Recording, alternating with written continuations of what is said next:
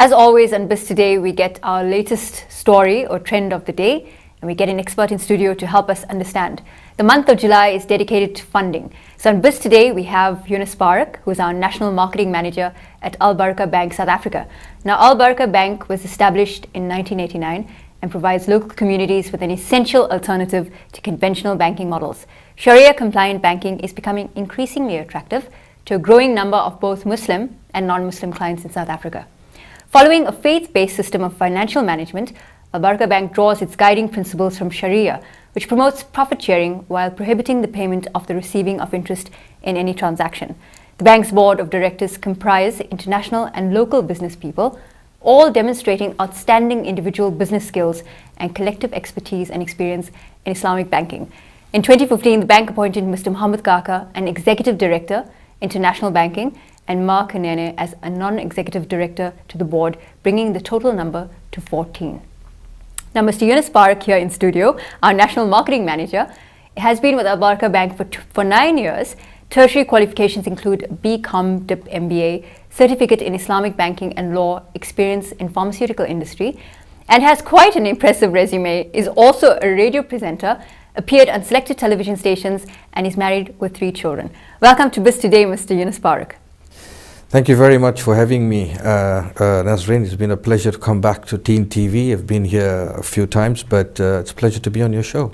It's wonderful to have you in studio. Now, as you know, we've chosen a selected July as the month of funding, and funding is a critical or key, I think, area of interest for any entrepreneur or startup business or any kind of business, be they in a small or a large phase.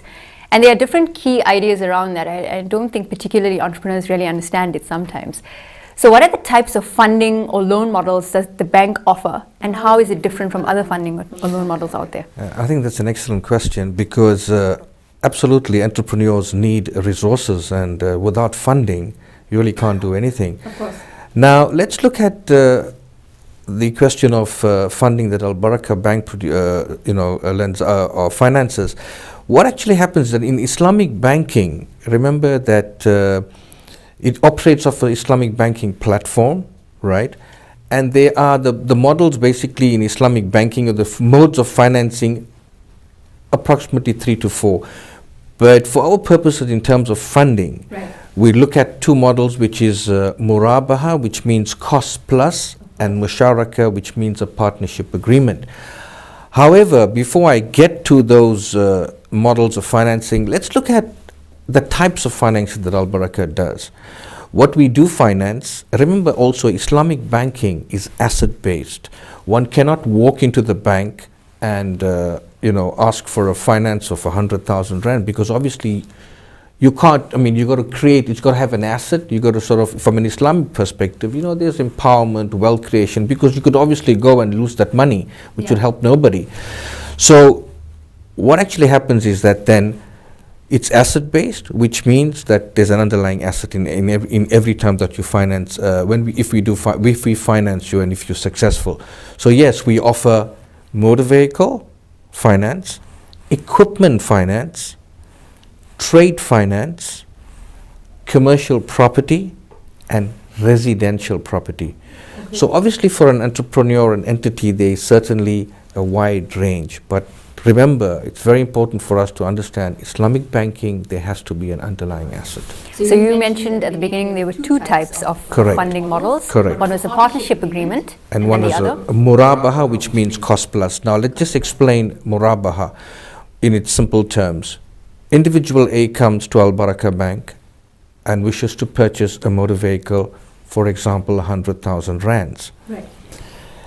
What the bank then does is that adds on a profit to that particular sale of that motor vehicle, okay, to finance the client, and the client has an option of paying that motor vehicle off at a fixed rate over a fixed term, agreed upon at the onset of the contract.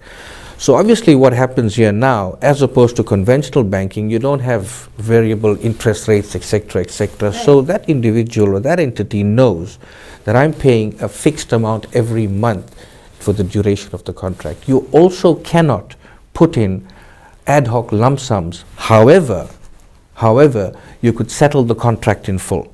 So the the contract could run from example 12 months right up to 60 months. So 72 months, sorry. prospective applicant would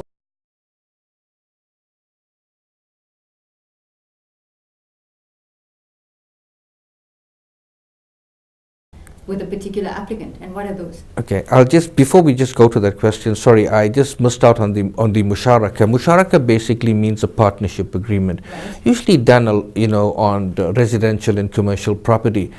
For example, individual A wants to purchase a house, at R1 million or just under R1 million. So of course there's a term that we would do, but what would happen is we usually ask for a deposit. So assuming if it's 500,000 Rand, there's a deposit of say 10%. So that's what actually happens now is your client is 10% and you own 90% of the thing. Okay, so every year it diminishes until the property is transferred onto the individual. It almost sounds like a bit like conventional banking, where if you applied for a loan at a bank, you'd need a certain amount to go in for the bank to take you seriously, right? Right. Exactly. There is a deposit. So obviously, you also got commitment from the client that he's Skin in the game, as they say. Absolutely.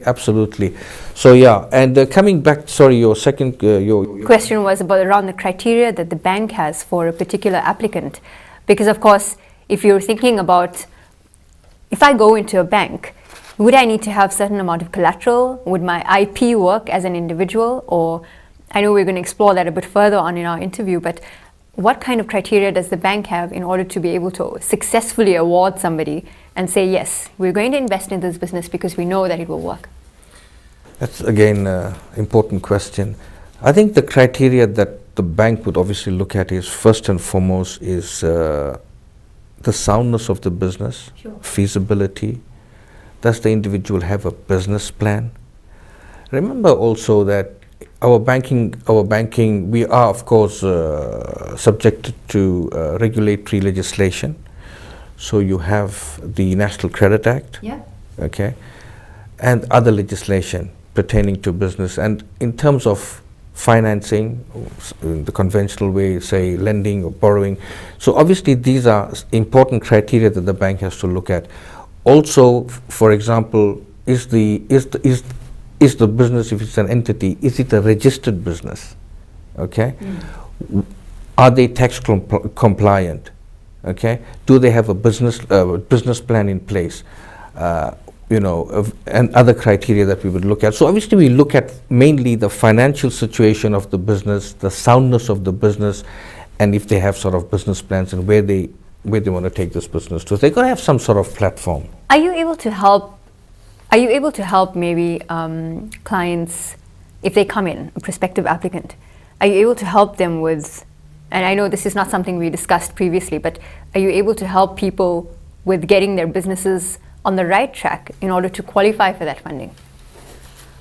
I think that kind of service? I think that's important. Yeah, I do understand where you're coming from, because I think obviously the entrepreneurial side and the SMEs are a very important aspect of banking today. Yes, Al Baraka Bank can offer an assistance there. There are, of course, startup businesses, for example, franchise operations that people come with. Is that the more popular type of Very, clients? very popular. Very, very popular. Once again, there are certain criteria that have to be met. For example, if the person come in, obviously he's got to have some sort of experience, not necessarily a tertiary qualification, Sure. but experience in some sort of business. If he does not have that, again, it's based on the profile of the individual and the entity.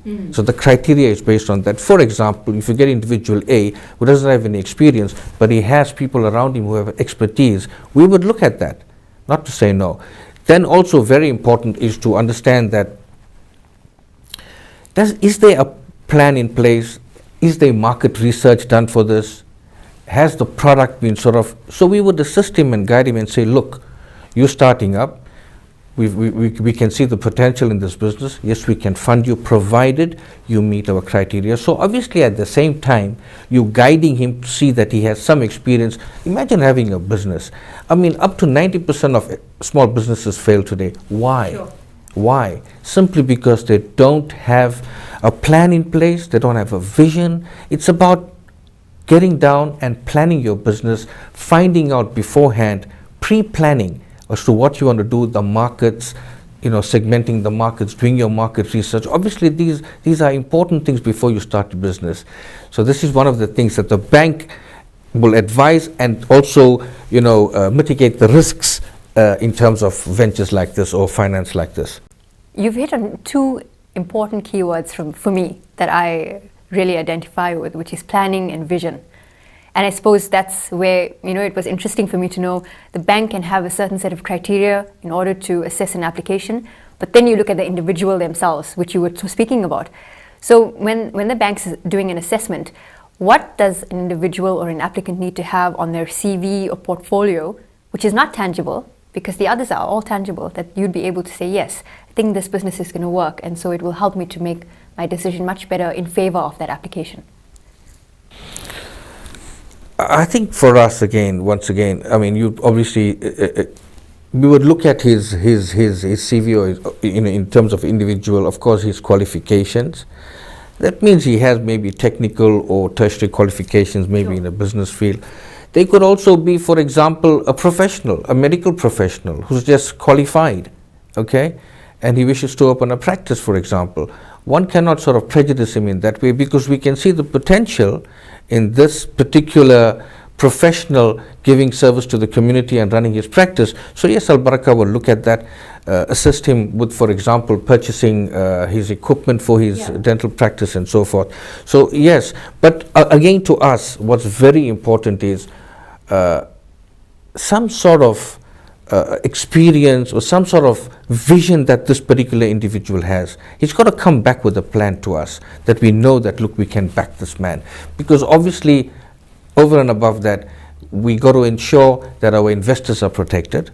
At the same time, we got to ensure that he is protected from sort of a failing business. So it's a two-pronged issue in terms of assisting the entrepreneur and saving the investors as well. It does sound very much like the bank is geared towards assisting an entrepreneur realize their dream, very much against the conventional method where you go into a bank or in funding institution and the first thing they want to see is your credible portfolio or the fact that you've had this business for a while, the numbers are looking good, or whatever it may be. But it sounds like the funding models allow you to have a bit of leeway as an entrepreneur who may have a startup idea, but you don't know how to pull that off. You have the vision and the passion for it, but it sounds like the bank may recognize that first and foremost before looking at other criteria. Yes? Again, it depends on the profile of the client. Yeah. It's very important. Obviously, the criteria or the application at that particular point in time would depend. As I said earlier, Nazareen, it's important, as you mentioned the conventional banks as well, it's all about numbers.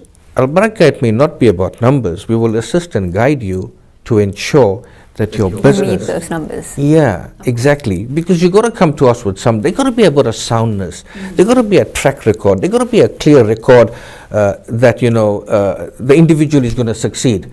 Because we don't want to put him at risk of his business. I know we've labored over that point, but it was critical for us to understand that, because a lot of the viewers watching may have an idea that they want to, action, execute. They have the necessary business plan, they've put one together, they've had a little bit of experience in running that business and may have prior experience from working.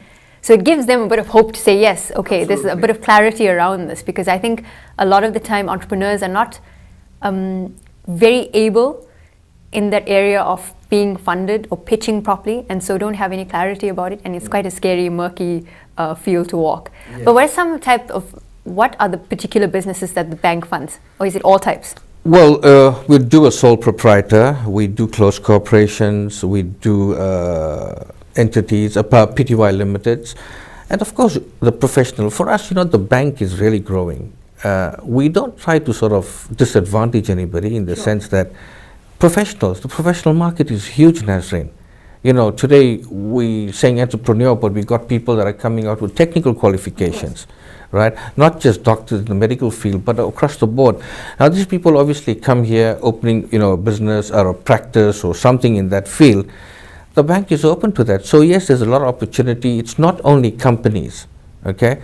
You got the closed corporations, you got the sole proprietor, all these people, but as I've said, and I'm repeating this again, that we have to look at each individual based on his criteria, on the criteria of his qualifications, his experience, in order not to put him at risk of failing his business. Sure. But yes, we will play a very important role to say, look, we will guide you along these lines and we will assist him. Because I think that's what it's all about. I mean, the bank itself, is an Islamic bank, okay? So obviously, Islamic banking is about underlying assets, creating wealth, empowerment. And the bank itself, you're talking about entrepreneurship. Let's just take this off a little bit there. Islamic banking also talks about social initiatives. The bank itself has gone into huge social initiatives. For example, we created entrepreneurs out of a legacy garden for 25 years. Sure. Okay, so we open up a garden and where we've got women involved in growing this, and they actually sell this thing back to the bank, and we're looking at other outlets, supermarkets. So what I'm saying is the bank in itself created a sort of a self-empowerment type of thing. So a platform where entrepreneurs are given the tools and then the access to market. Absolutely, the tools, the assistance, we obviously pay them as well. So it's actually it's part and parcel of Islamic banking, and that's what it's all about. So when I was thinking about the whole concept of funding and trying to talk to particular people who have an expertise in the different types or areas of funding, you get venture capitalists, you get the conventional method of going into a bank or any other institution that can lend you that money, provide it as a grant or any other type of funding. But I think my thinking around this is, and you want to understand is, does an applicant have to pitch for funding? Because generally the pitching process is something where you think about a Dragon's Den or a Shark Tank type situation. Is that the case at the bank, or do they just come in and apply? We don't want to bring him there, make him sit in front of a team of panels and ask him a whole lot of questions. I don't think anybody at the bank is that scary, right? No, not at all. I mean, we've got an excellent team, and I promise you they will not scare any of the people away. So you're right, we got no sharks or anything at the bank. So what I would say is that yes, he doesn't have to come in personally and pitch anything. What would do is he was fill in the required documents, right? Whether it's regulatory, also as his application. So all the documents are there. They obviously get analyzed by a particular team and a particular department, and the various criteria are looked at. And is that the general standard, that's though? That's the general standard. There's no related thing about he doesn't have to come in. I think that's not being fair to somebody, putting them in a corner. Obviously, he's got his documents, he's got his business plan, he knows where he wants to go. It's up to the bank to now, look at his application, give him the best advice, and decide the way forward. Okay, so I know we've been talking a lot about funding and going to a bank and trying to apply, but just to get your thoughts around entrepreneurs pitching for funding. So you go and you look for seed capital, or what the San Francisco startup based, the whole model there is to go out and find VCs. But just to understand your viewpoint and working in the industry, what do you think entrepreneurs are doing wrong when they're pitching? Because not a lot of them are successful. What are they missing that they're not able to secure that type of funding? Is it in their delivery? Is it in the vision of their business, the passion they're putting across? I think they have the passion, but they need to obviously come back and put some numbers together. And that's again very important. You got to have, as we said earlier, and I think it relates to the earlier discussion that we had, if they have a business plan in place, they have identified the markets, they've identified the products that they want to sell, okay? And today, as you rightfully said earlier on, I mean, franchises are one of the hottest things that are going around. I mean, you look every day and there's a new franchise opening and there's all over the show. So it's brilliant. It's brilliant because, I mean, the food industry is, the fast food industry is it's just growing. I mean, it's all about convenience. Anything you do today is convenience. So I think they got to have that business plan in place. They got to have some numbers coming to us and say, look, this is what we want to do. They've got the passion, because on the basis of that information, we have specialists in the bank that could guide them. There's no fee for that, and say, look, you can do this, you can do that, you can't do that, we can finance you X amount, this is how you should structure it. You understand? Sure. So looking at their financial statements, ensuring that they have, a clear record. As I said, the past records, for example, credit bureaus, and they have a clear record. All these things are criteria going forward when we're looking at funding. But having said that, the entrepreneur definitely has a place in our world today, and I think it's very important in creating employment. As long as he has that passion, that motivation, and the will to succeed, I'm sure financial industries would look at somebody like that.